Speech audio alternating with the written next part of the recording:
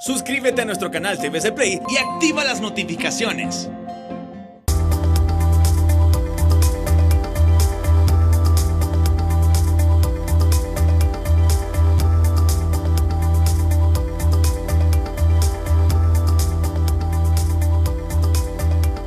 Buenas noches, bienvenidos al banquillo, gracias por estar con nosotros. Les saludamos desde los estudios de TSI. Hoy vamos a hablar de política, de cómo se está preparando el Partido Liberal de cara a los comicios primarios e internos de marzo. Nos acompaña el abogado Mauricio Villeda Bermúdez. Es un gusto siempre conversar con usted, abogado. Gracias. ¿Qué tal? Y nos alegra verlo ya recuperado después de momentos difíciles que nos trae de recuerdo el 2020 con el COVID, que todavía lo tenemos. Así es, hasta el pésame le dieron a mi esposa, porque en determinado momento se corrió la voz que yo me había muerto.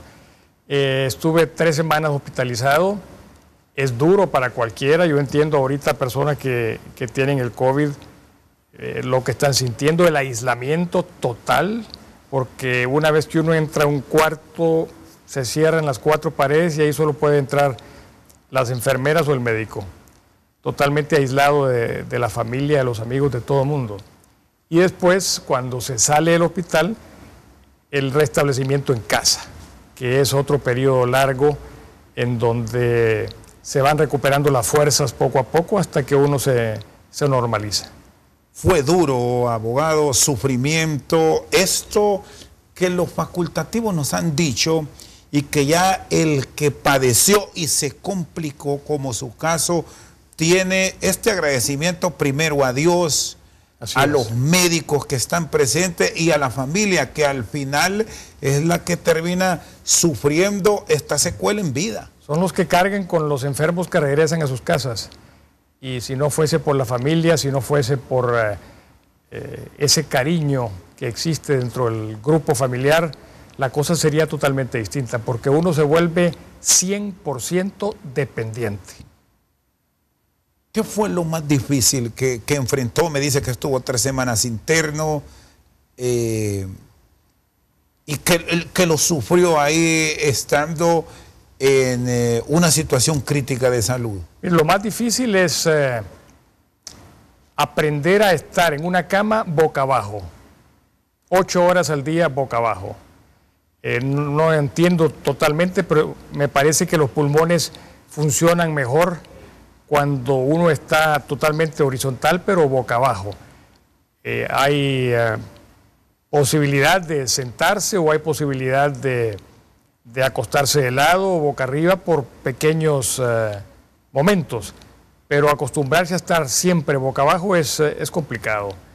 Y luego la obediencia a lo que el médico le dice, los ejercicios respiratorios para que los pulmones estén flexibles, se llenen de aire y saquen el aire, es una terapia que hay que hacer soplando un tubo para subir una pelotita que está en un aparatito de plástico y hacer que la pelotita suba hasta el lugar que el médico le señala a uno. Y eso lo van aumentando hasta que el pulmón recupera la capacidad de almacenar el oxígeno. ¿No llegó a UCI?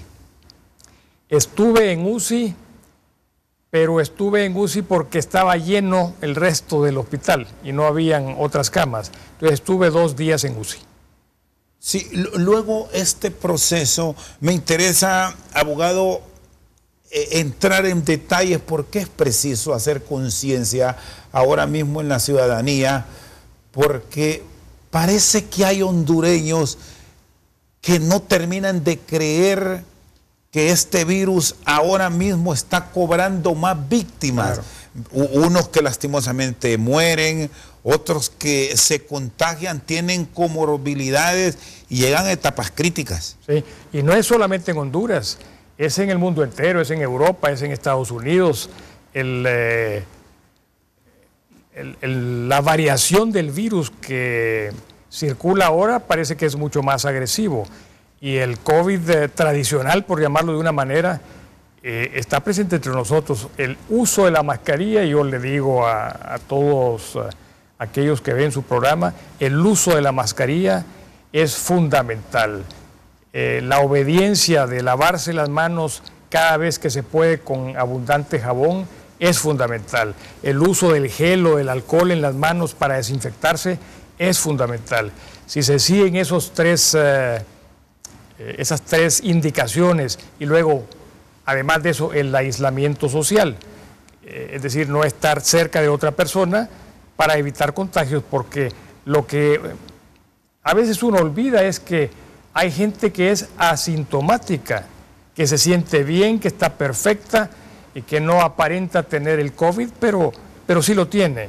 Entonces puede perfectamente transmitirlo. Las precauciones hay que tomarlas y hay que hacerle caso a los médicos, hay que hacerle caso a los salubristas en ese sentido. Ahora ya está con anticuerpos, adiós, gracias. Ya me salen los anticuerpos y no sé por cuántos meses va a ser, pero todavía los tengo. Y el detalle en esto, abogado Villegas, que aun y cuando ya hay muchos ciudadanos que han superado el virus, que ya tienen el anticuerpo, deben seguirse protegiendo. La mascarilla debe continuar, el uso de gel. Bueno, usted la tiene, yo la tengo. Aquí tenemos una distancia prudente, por eso nos hemos despojado de la misma. La mascarilla no hay que olvidarla. La mascarilla es el arma que uno tiene para protegerse. El uso del gel también. Yo ando este pedacito, este botecito que los compro en Kielsa, sin ánimo de hacerle propaganda, pero me pongo... Anda como se diría tierra adentro, armado. Estas son las nuevas armas en pleno siglo XXI. Sí, hay que usarlo, porque a veces si uno no se quiere a sí mismo, si no hay autoestima, y uno dice, bueno, que me dé el COVID, no hay problema, pero hay que pensar en el resto de la familia, en los que están en la casa, porque usted puede transmitirle el COVID a su mujer, a sus hijos, a la empleada doméstica, si tiene motorista, al motorista, y hay que ser considerado con los demás. ¿En su núcleo familiar solamente usted, abogado, o alguien más se contagió? Solo yo, afortunadamente. Y secuelas, ¿cómo se han ido superando? Porque no todo mundo padece de las mismas una vez superada la enfermedad, pero hemos escuchado incluso de médicos que nos han expuesto que hay personas que nunca fueron diabéticos, les dio COVID y ahora son diabéticos. Sí. Que quedan otros con problemas de cansancio por el daño pulmonar, problemas hepáticos, problemas renales, en fin, es una enfermedad que aún hoy, un año después, seguimos aprendiendo. Y a cada quien le afecta de manera distinta. El cansancio, el agotamiento que se siente al principio es enorme. Yo recuerdo que subir gradas me costaba. Entonces yo fui scout y me fabriqué con un pedazo de palo de café que tenía en la casa, un bordón. Y con eso me apoyaba para subir y bajar gradas, con eso me apoyaba para ir de un lugar a otro, hasta que sentí que ya no lo necesitaba. Entonces, cuando usted siente que ya recuperó fuerza en las piernas, por ejemplo, que ya tiene fuerza en los brazos otra vez, que no necesita de la ayuda del bordón, entonces se hace a un lado y a uno camina perfectamente. Ya hoy mucho mejor listo para la campaña, porque totalmente habrá que ir a esa actividad así política que es propia del ser humano. Claro, y fíjese que, ya que usted lo menciona, el país padece de una pandemia, pero también el país padece de una enfermedad que es aquella que puede ser mortal también para la democracia. Si usted no aceita los mecanismos para que la democracia se fortalezca, para que los partidos políticos cumplan con su deber, para que las personas que participan en los partidos políticos se den cuenta que lo que hace falta en un político es velar por el bien común. Si todo eso no se refuerza, la democracia puede enfermarse también y la democracia puede quedar totalmente en un cuarto de urgencias, puede quedar en una UCI. Y eso no hay que permitirlo. Y los políticos actuales le están dando la medicina que requiere la democracia para no dejarla morir, o le están dejando que quede desahuciada y fallezca. Algunos sí. Yo conozco políticos que son personas cabales, personas que piensan en la democracia, personas que piensan en restablecer el Estado de Derecho, personas que quieren luchar contra la corrupción, personas que quieren luchar contra la lepra actual en Honduras, que es el narcotráfico, personas que quieren acabar con otra pandemia que es, por ejemplo, el lavado de activos, personas que están dispuestos a poner el pecho para luchar en contra de la corrupción. Sí hay de esos políticos, y a esos es a los que hay que apoyar. El pueblo hondureño tiene que tener una lupa muy grande para decir, este vale la pena porque lo puedo examinar y es alguien que va a luchar a favor de la democracia, y mejor sigo viendo otros porque esta persona no va a luchar por Honduras, no va a luchar por el bien común, anda buscando lucrarse, o anda buscando contratos, o anda buscando tener influencia política. Es decir, este proceso electoral ahora, el primario e interno que enfrenta en su caso como dirigente político del Partido Liberal a los liberales, ahí mismo hay que buscarlos con lupa. Claro. Debe prevalecer esa reforma electoral que le permite al que simpatiza con el Partido Liberal y con las demás fuerzas políticas saber a quién escoger. Es decir, no partidario de lo que nos han venido acostumbrando aún y cuando tenemos la reforma del voto en plancha. Así es, y hay una gran responsabilidad de los líderes políticos, de los que encabezan los movimientos internos de los partidos. Hay una gran responsabilidad en la escogencia de los precandidatos a diputados, de los precandidatos a alcaldes, de los precandidatos al Parlamento Centroamericano, de los precandidatos a la dirigencia del partido de cada uno de nosotros.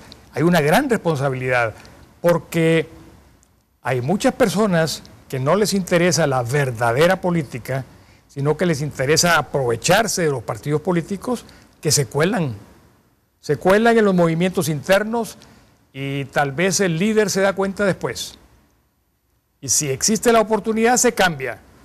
Pero si no se da la oportunidad, pueden estar ahí colados. Y esas personas no merecen estar en un Congreso Nacional, no merecen estar en la Presidencia de la República, no merecen tampoco estar en una corporación municipal, porque son personas que van a hacer de la política un negocio.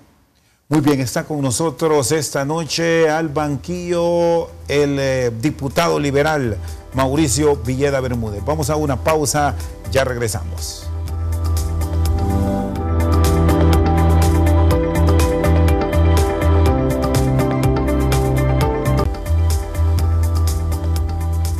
Seguimos al banquillo, está con nosotros el abogado Mauricio Villeda Bermúdez.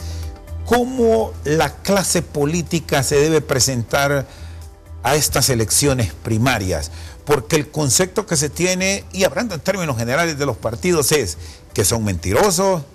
Ahora el tema de la transparencia y la corrupción está de por medio por los señalamientos frecuentes que tenemos de los últimos años, y que solo recuerdan a esa base en estos tiempos. ¿Cómo hacer cambiar de chip a ese ciudadano para que vote y después no esté culpándose porque se eligen a los mismos, pero ellos no votan, no van? Claro. No estén culpando porque eligen a los mismos. Usted ha hecho una argumentación que debemos de hacérnosla cada uno de nosotros. Si votamos por los mismos, vamos a tener exactamente los mismos resultados. Es una frase que se repite constantemente. Y por eso le hablaba yo de la lupa, de una lupa política. El joven, el hombre, la mujer, el adulto mayor, tiene que usar esa lupa política para escoger bien a sus precandidatos. Porque efectivamente ahorita es una lucha interna, pero de esa lucha interna van a salir planillas presidenciales, planillas al Parlacén y planillas a las corporaciones municipales, a diputados y también a autoridades del partido. Entonces esa lupa hay que usarla porque por quien yo vote va a ocupar una posición mañana. Y de eso es lo que usted dice que nos podemos arrepentir. Pero ese arrepentimiento no existirá si yo sé escoger correctamente. Correctamente. Y hay un candidato que dice que hay que hablar del lado correcto, porque la política tiene que ser correcta. Me refiero al candidato Luis Zelaya. Es la persona en que yo confío. Es la persona que yo he visto con una lupa política y creo en él. Creo en su capacidad, creo en sus principios, en sus valores. Creo que es liberal y que va a respetar los principios del Partido Liberal de Honduras. Es un hombre de familia, es una persona que no se cansa, es una persona que se apasiona con la política porque quiere lo mejor para Honduras. Es una persona que se está rodeando de muchas personas que van a formar más adelante posiblemente un gabinete, un buen gabinete. Por eso, la lupa política hay que utilizarla. Yo no puedo arrepentirme mañana porque escogí mal, porque estamos advertidos de lo que hay que hacer para tener buenos candidatos. Igual pasa en una empresa. Cuando Televicentro quiere un gerente general, usa una lupa empresarial y escoge entre las distintas hojas de vida que se le presentan y escoge lo que más le puede servir. Y ahí va a encontrar no solamente un perfil técnico, sino que va a encontrar también un perfil humano, que pasa exactamente igual en política. Se escoge el perfil humano y se escoge también la capacidad política de la persona. ¿Y la sociedad hondureña, usted ya estuvo como precandidato presidencial representando a un dirigente de su partido, obtuvo el favoritismo en las urnas de su persona?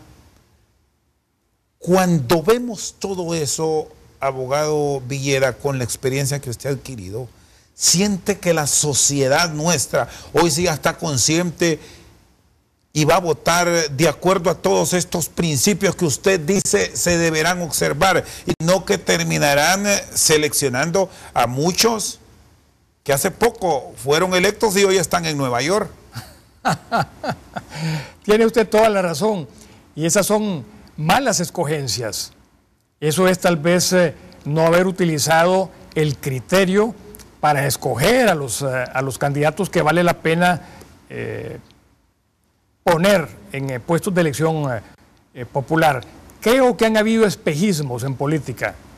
Creo que los espejismos que han ocurrido en Honduras son aquellos en que solamente se ve tal vez la fachada del candidato o las palabras del candidato, pero no se le conoce a fondo. Con lo que ha ocurrido ahora, ha trascendido ya por los medios de comunicación formal, ha trascendido en Honduras, fuera de Honduras, lo que realmente son algunas personas. Y eso nos debe de ayudar para hacer nuestras escogencias, para no avergonzarnos de las personas que llevamos en nuestras planillas, para no tener sorpresas el día de mañana. Vamos a saber quién es quién. Y por eso viene la campaña política. En esta etapa preparatoria es para saber quién es quién en política. Y eso es algo que sería imperdonable ahorita que no utilizáramos esa información para decidir por quién vamos a votar.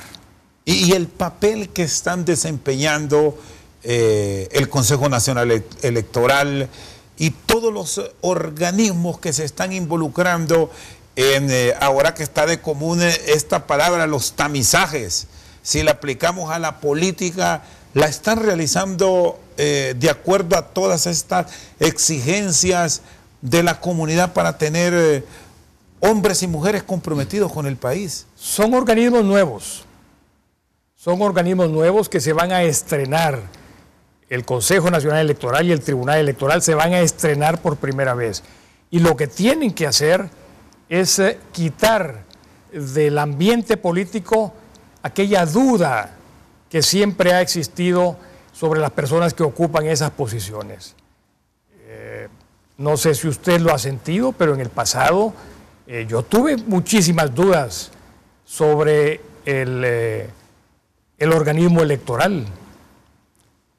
Yo impugné más de 2.000 actas, 2.000 urnas, y pedí que las abrieran. No me lo permitieron. No me lo permitieron. Entonces, ¿qué confianza le da a usted el sistema si no puede revisar una urna? Y aquí ha venido un candidato de otro partido político que dijo voto por voto, quiero que cuenten voto por voto. ¿Por qué? Porque también desconfiaba de las autoridades electorales y no le permitieron abrir las urnas. No se lo permitieron. El organismo de política limpia que tendrá ahora en la interna, es la primera vez que va a ocurrir en un proceso primario e interno, una revisión, ¿qué papel debe jugar para que no metan los goles acostumbrados? Claro. Mire, esa pregunta de qué papel van a jugar es importantísima, porque eso le va a dar transparencia al financiamiento de los movimientos en política. ¿Qué pasó hace poco en el Congreso Nacional? Que se aprobó una ley en la cual la mayoría del Partido Nacional, un grupito del Partido Liberal, y no estoy seguro si los de Libre participaron, pero tomaron una decisión equivocada. Y tomaron la decisión que fuese el partido político el que abriera las cuentas para que los movimientos pudiesen recoger sus fondos. Eso es incorrecto. Y el Partido Liberal de Honduras, el Consejo Central Ejecutivo del Partido Liberal, emitió un comunicado y recordó los problemas que han habido en el pasado reciente de cómo precandidatos de los distintos partidos políticos utilizaron cuentas bancarias de manera equivocada, de manera no oficial. Y política limpia ahí tiene que jugar un papel trascendental. Me parece que si realmente creemos en la democracia, tenemos que creer también en la transparencia de los procesos electorales. Por lo tanto, hay que apoyar las medidas de política limpia. Es decir, la intención que a juicio de Mauricio Villeda, bueno, y usted es diputado actualmente en el Congreso, es para que el manejo como tal de los recursos sea responsabilidad de la persona, del que aspira. Así es. Que cada precandidato sea responsable de abrir su cuenta, de operar su cuenta, de cerrar su cuenta, pero no a través de una autorización del partido político. ¿Cómo se pone a creer usted, por ejemplo, que la dirigencia del Partido Liberal le va a abrir las cuentas a los otros movimientos o a los 3 movimientos que está participando? Y después que el partido sea responsable, ¿no? ¿Por qué? La responsabilidad tiene que ser de cada precandidato. Y es el precandidato el que debería de haber tenido la potestad de abrir su cuenta, depositar en su cuenta, debitar su cuenta y al final cerrar su cuenta. ¿Eso qué le puede generar como partido a futuro? Porque ya en este caso debemos decir, la ley ya está y así están tiradas las cartas sobre la mesa y bajo esas reglas se va a ir a las elecciones del 14 de marzo. El problema es que le puede crear responsabilidades al partido político que abrió la cuenta. Si es el partido el que abre la cuenta, ¿quién es el responsable? El dueño de la cuenta, ¿no? Imagínese que en la cuenta de X o Y candidato se depositen fondos que vienen de lavado de activos, o que vienen del narcotráfico, o que vienen de la corrupción. ¿Por qué va a ser la autoridad del partido responsable de esos depósitos? Eso es lo que hay que cuidar. ¿Han pensado en recursos porque las leyes permiten esto? Sí, las leyes lo permiten, pero aquí hay una concentración del poder prácticamente en una sola persona. Aquí en Honduras la división de poderes en la práctica no existe. y es muy difícil lograr que un recurso pegue, como se dice en el argot jurídico. Mire usted cuántos recursos de inconstitucionalidad fueron presentados en contra de la reelección, por ejemplo, para que no hubiese reelección en Honduras, para que se respetara una norma constitucional totalmente clara que prohibía la reelección. No pegó un solo recurso. Y la Constitución es clara. ¿Qué se alegó? Que la reelección era un derecho humano. Y bajo ese argumento se desarrollaron ciertas tesis jurídicas. ¿Qué dijo después la Comisión Interamericana de Derechos Humanos? Dijo, la reelección no es un derecho humano, la elección sí es un derecho humano. Todo el mundo tiene derecho a elegir y ser electo, pero no es un derecho humano la reelección. Pero cuando esa opinión salió de la Comisión Interamericana de Derechos Humanos, ya había pasado en Honduras el fallo y la argumentación sobre la reelección, y el presidente Hernández se religió por segunda vez en contra de la ley y en contra de la Constitución. Fue muy interesante para mí hace poco leer las declaraciones de un jerarca militar de los Estados Unidos de América, que es posible que usted la haya leído también, que dijeron: nosotros no juramos fidelidad a un presidente, no juramos fidelidad a un rey, no juramos fidelidad más que a la Constitución de los Estados Unidos de América. Aquí debería de ser igual. Pero ¿qué pasa con las Fuerzas Armadas de Honduras? Se callaron, no defendieron la Constitución, no lo hicieron. Fueron cómplices de la violación a la Constitución de la República. Y lo digo a ustedes, militares, miembros de las Fuerzas Armadas de Honduras, violentaron la Constitución de la República. ¿Cómo voy a confiar yo en las Fuerzas Armadas actuales que permitieron que se violara la Constitución de la República? No tienen autoridad moral para hablar de la defensa de la Constitución. Y perdone que hable así de claro, pero ellos saben que tienen ese pecado en lo que han actuado en la República de Honduras. El abogado Mauricio Villeda Bermúdez está esta noche con nosotros al banquillo. Vamos a una pausa, ya regresamos.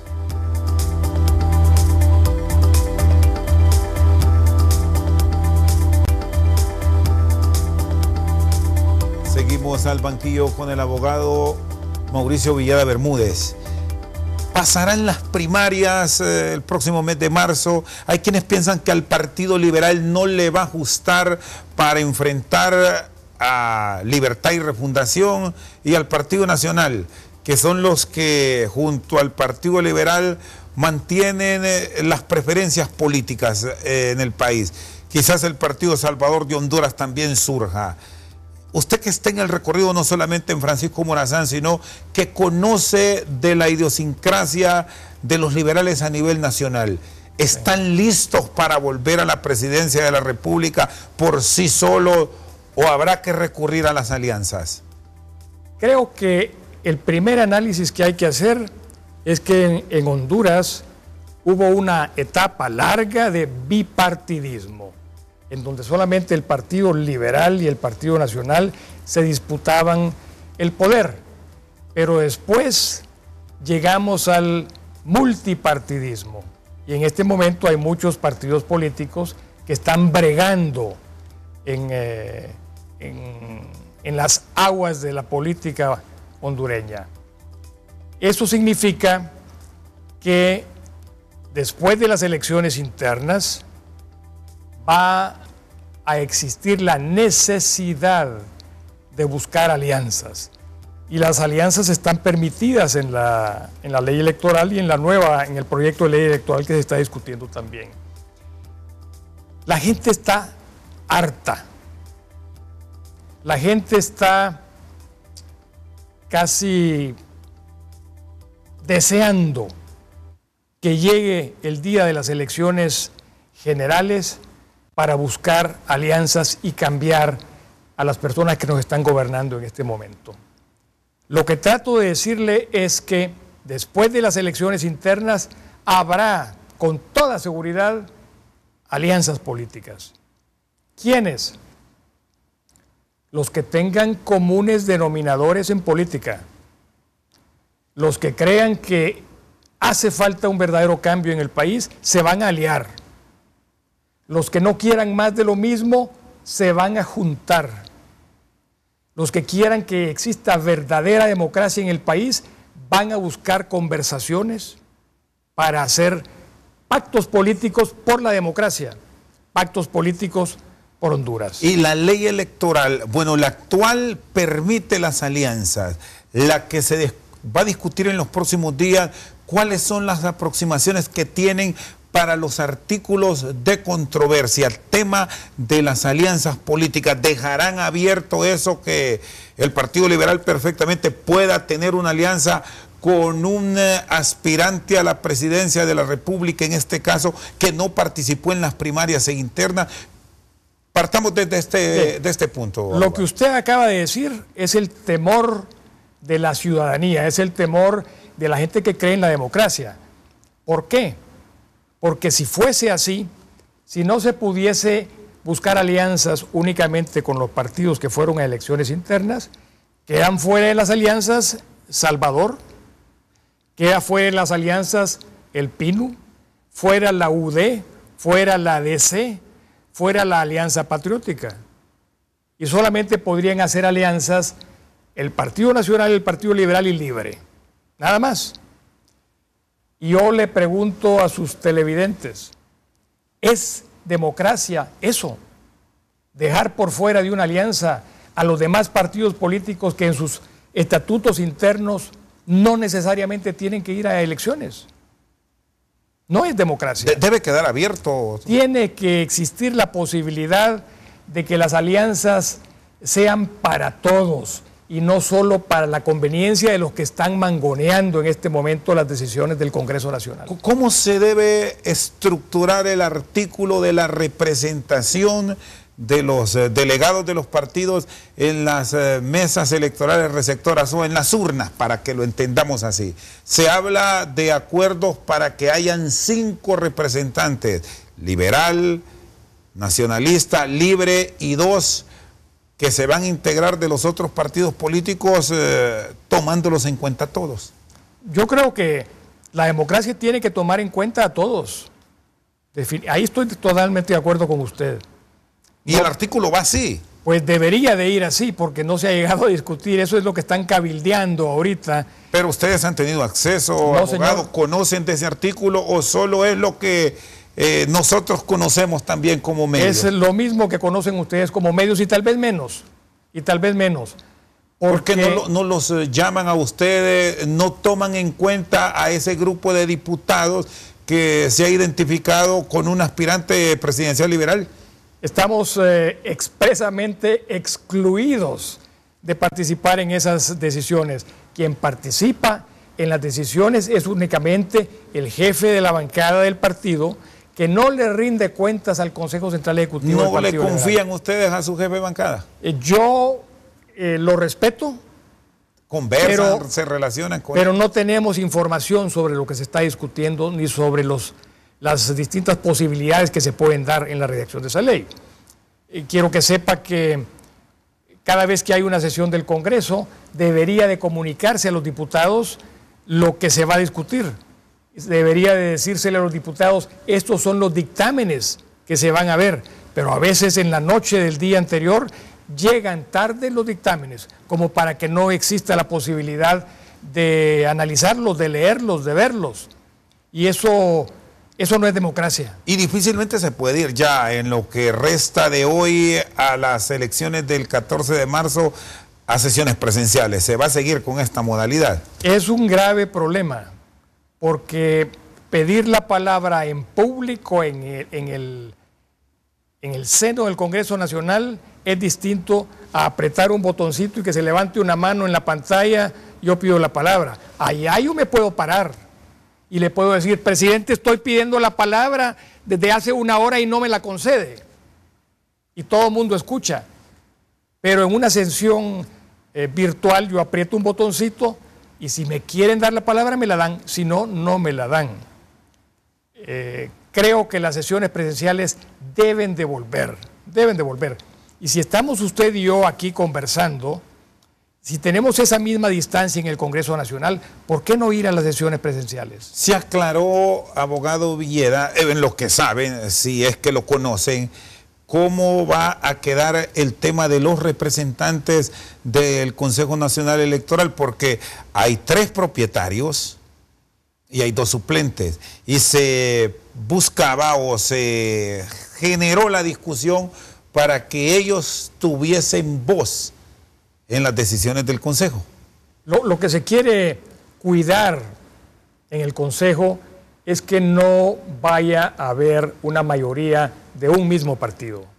Porque si hay 3 partidos políticos y uno de los suplentes pertenece a uno de esos partidos o hace alianza, entre comillas, con uno de esos partidos, entonces se perdió la democracia, se perdió la igualdad, se perdió la posibilidad de disentir, porque va a haber mayoría de un solo partido político. ¿Qué implicaciones va a generar, y aquí quiero que me lo exponga como profesional del derecho, abogado, el concurrir a una elección primaria e interna con la ley actual, porque parece ese es el camino, e ir a la general con otra ley, porque habrá espacio, 7, 8 meses prácticamente para realizar los cambios y tener una normativa nueva?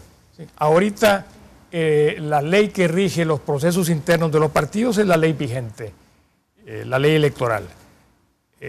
Vamos a ir a unas elecciones generales después de las internas, vamos a seguir discutiendo en el Congreso Nacional el nuevo articulado de la nueva ley electoral, pero en ese articulado tendrá que aceptarse que toda vez que el proceso se comenzó con una ley que va a ser derogada, la nueva ley tiene que reconocer lo actuado bajo la primera ley. Eso tendrá que ponerse, porque si eso no se pone, lo que vendrá en el país es una descomposición social. Si no se reconocen los resultados bajo la ley electoral vigente, bajo las elecciones internas que van a ocurrir antes que las generales, aquí a lo que se está invitando es a que la gente se tire a las calles, a que la gente se rebele contra el gobierno nuevamente. Otro movimiento de antorchas como hubo antes, pero puede ser mucho más violento. Yo no me imagino, por ejemplo, una actitud tan equivocada en el Congreso Nacional o en la Presidencia de la República como para no reconocerle a los partidos políticos los resultados de sus elecciones internas. Si no, solo imagínese usted que 50 alcaldes traigan 10 buses cada uno de ellos y que llenen la ciudad de personas protestando. Sería un caos. Está con nosotros esta noche el abogado Mauricio Villeda Bermúdez. Vamos a ir a una pausa, ya regresamos.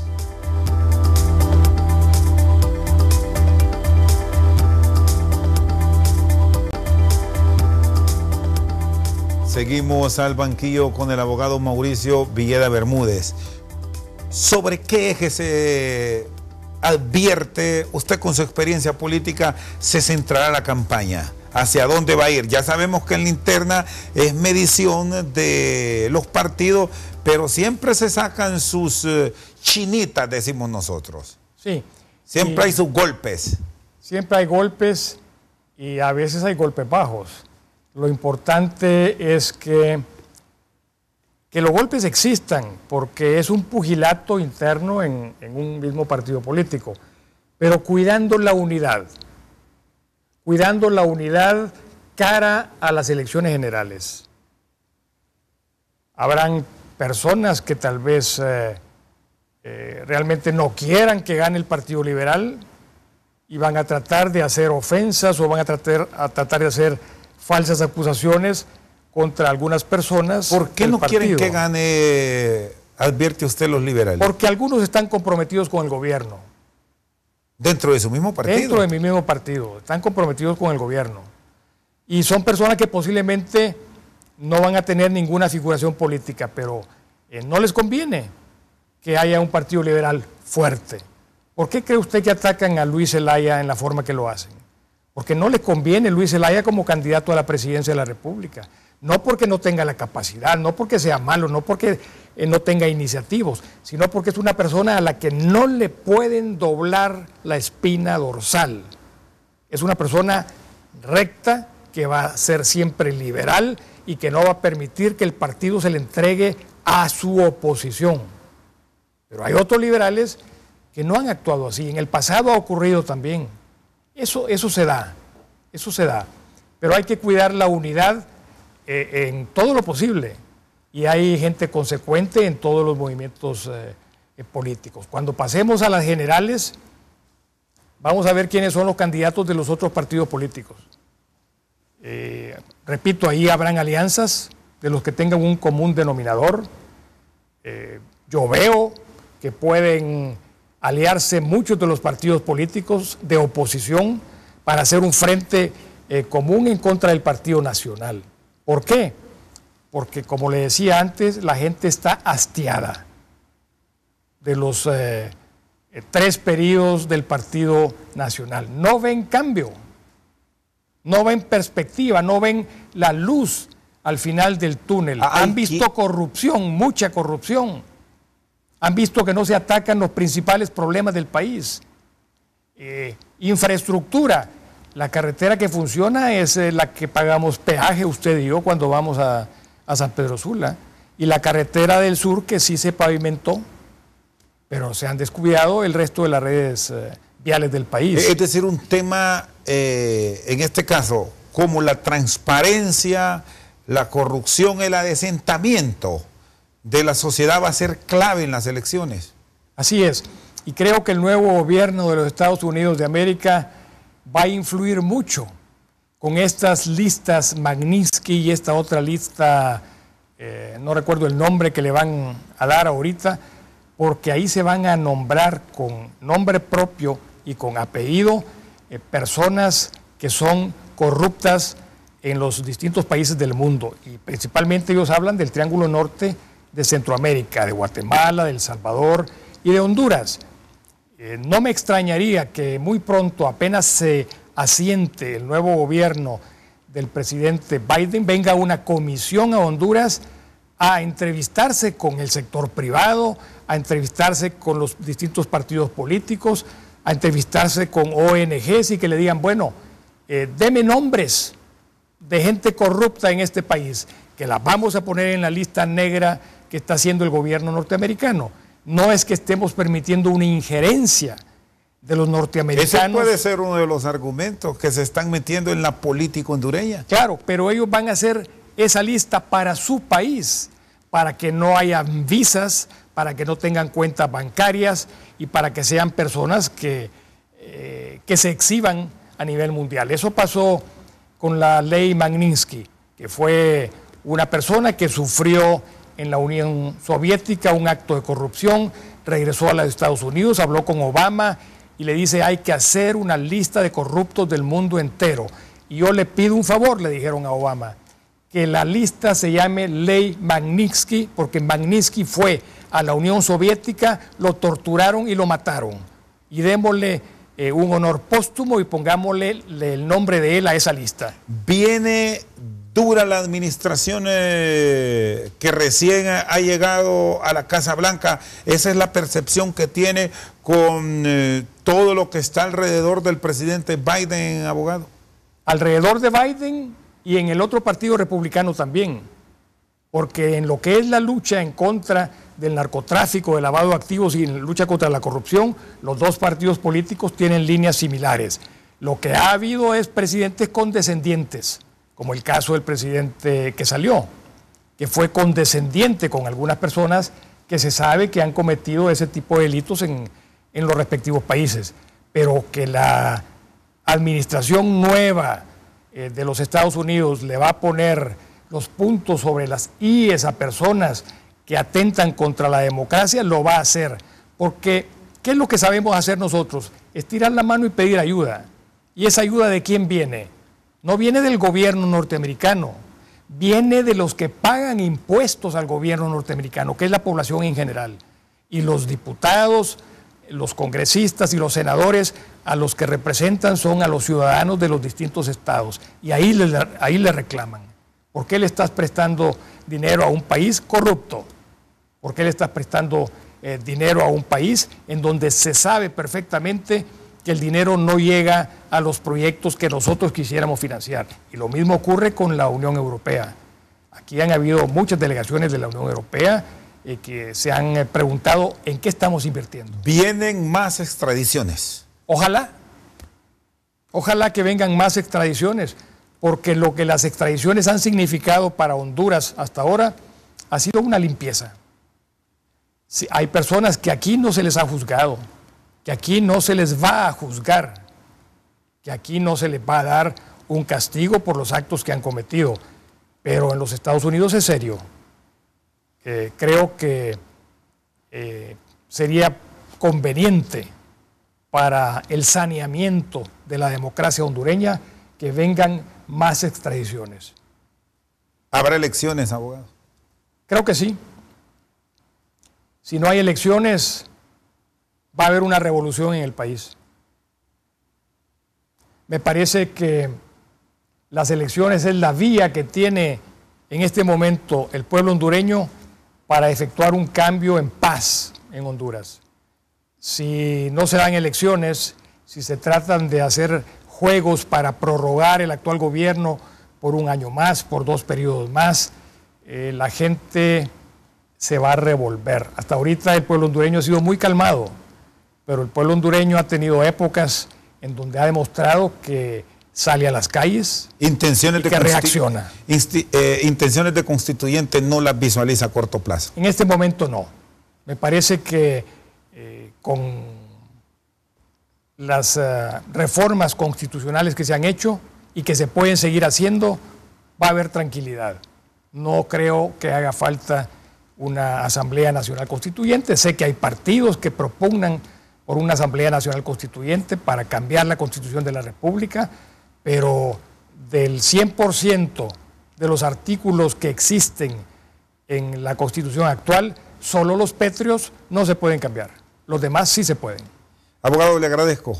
Feliz noche. Me alegra que esté bien ya de salud. Muchas gracias. Yo le agradezco la oportunidad, lo felicito a usted por tener este programa y por darle la oportunidad al pueblo hondureño de escuchar las distintas voces que hay en el país. Con nosotros al banquillo el abogado Mauricio Villeda Bermúdez. Por su sintonía, muchas gracias.